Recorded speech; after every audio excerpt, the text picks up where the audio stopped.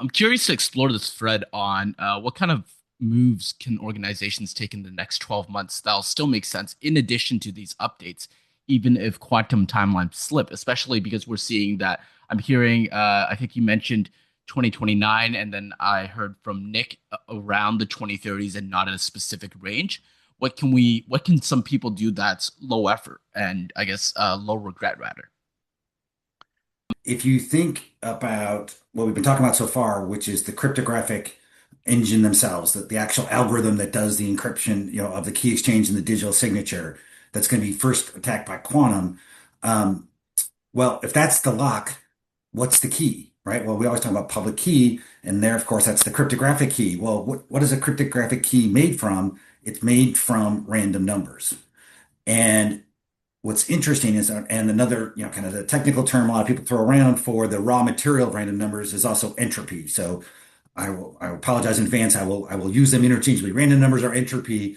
They're one and the same. It's a block of unformed raw noise that gets fed into the algorithm to mint the cryptographic key, whether it's a public-private key pair for PKI, whether it's the symmetric keys for AES-256. Well, if you have a strong lock but a weak key, it's like I've got all these two-factor authentication, but my password is password 123.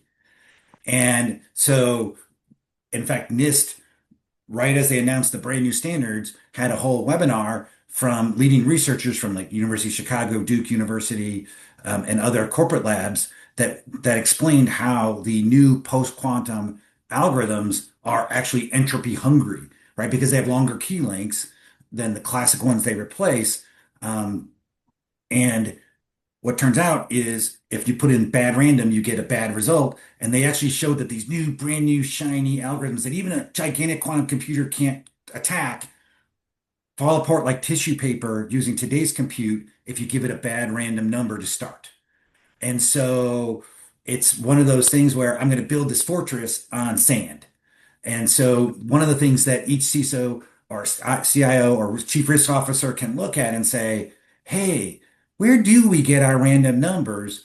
And just trusting the vendor, the operating system, well, actually, that's not always a good case because, in fact, in the last week, AMD came out and said, oh, by the way, our CPUs make bad random. And so if you've been using them for cryptographic purposes, which everyone does by default, uh, oops, you're not you got a big problem. And so it's a corollary. It's not on the mainstream of the post-quantum security, but it is a important topic in cryptographic strength overall.